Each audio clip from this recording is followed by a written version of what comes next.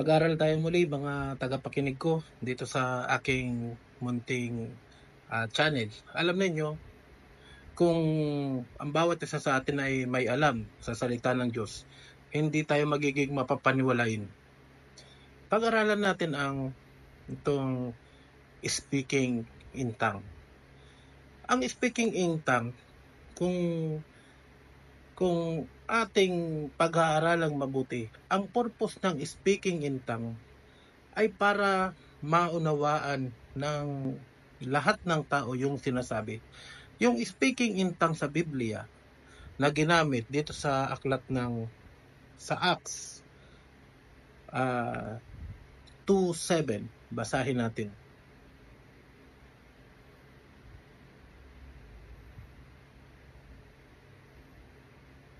Ganito ang mababasa natin. At silang lahat ay nangagtaka at nagsipanggilalas na nangagsasabi, narito, hindi bagang mga Galileyong lahat ang mga nagsisipagsalitang ito?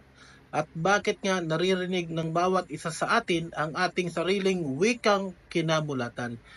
Yan ang purpose ng speaking in tongue sa Bible, para maunawaan ng tagapakinig ang tamang paggamit ng speaking in tongue na binabaan ng mga Holy Spirit para matrace ninyo kung totoong speaking in tongue. Halimbawa, ako Pilipino, mayroong nagsasalita ako, mayroong Chinese, pero yung sinasalita ko Pilipino, pero naiintindihan niya sa wika, sa kanyang sariling wika. Yun ang totoong speaking in tongue.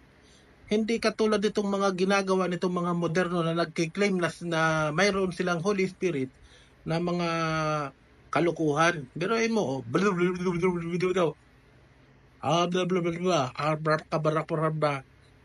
ano ba tututunan ng isang tao sa ganyan mga panloloko? Hindi po totoo yan. Katulad ng sinasabi dito sa aklat ng 1 Corinthians 14:26. Ganito ang mababasa natin.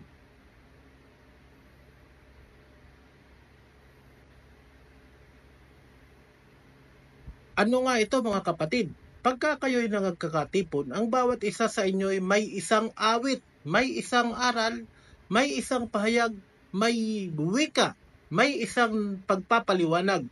Gawin ninyo ang lahat ng mga bagay sa ikatitibay. Anong sinasabi sa talatang yan? Mayroong isang wika, mayroong isang awit, mayroong isang salita. Sa isang salita, kung kayo mga Pilipino, Pilipino ang salita. Ngayon, kung mayroon naman ibang lahi, Amerikano, na nakikinig, ano ang sinasabi? Kinakailangan may tagapagpaliwanag. Sa aklat ng unang Korinto 14:27, kung nagsasalita ang sinuman ng wika, maging dalawa o higit sa tatlo, at sunod-sunod, at ang isa'y magpaliwanag, ibig sabihin mayroong interpreter. Datapat kung walang tagapagpaliwanag ay tumahimik siya sa iglesia at siya'y magsalita sa kanyang sarili at sa Diyos. Yan po, yan ang purpose ng speaking in tongue. Hindi porket sinasapian ka ng Holy Spirit hindi ganyan. Ang purpose nun sa Biblia, sa Acts 2, dahil nga lahat ng mga ang ganong okasyon na nagtitipon-tipon ang lahat ng mga lahi doon sa Jerusalem, ay kinakailangan gumamit ng nagsasalita ng iba't ibang wika. Nasa 15 language, sabay-sabay. Isa ang nagsasalita, 15 language, nauunawaan ng 15 lahi. Yan ang totoong speaking tongue. Hindi katulad sa kapanahunan natin ngayon. At alam ng mga nagsasalita ng speaking tongue na niloloko nila ang kanilang sarili. Yan ang totoo niyan. Niloloko nila ang kanilang sarili at niloloko pa nila ang mga miyembro. Yan ang katotohanan sa speaking in tongue. Maraming salamat po.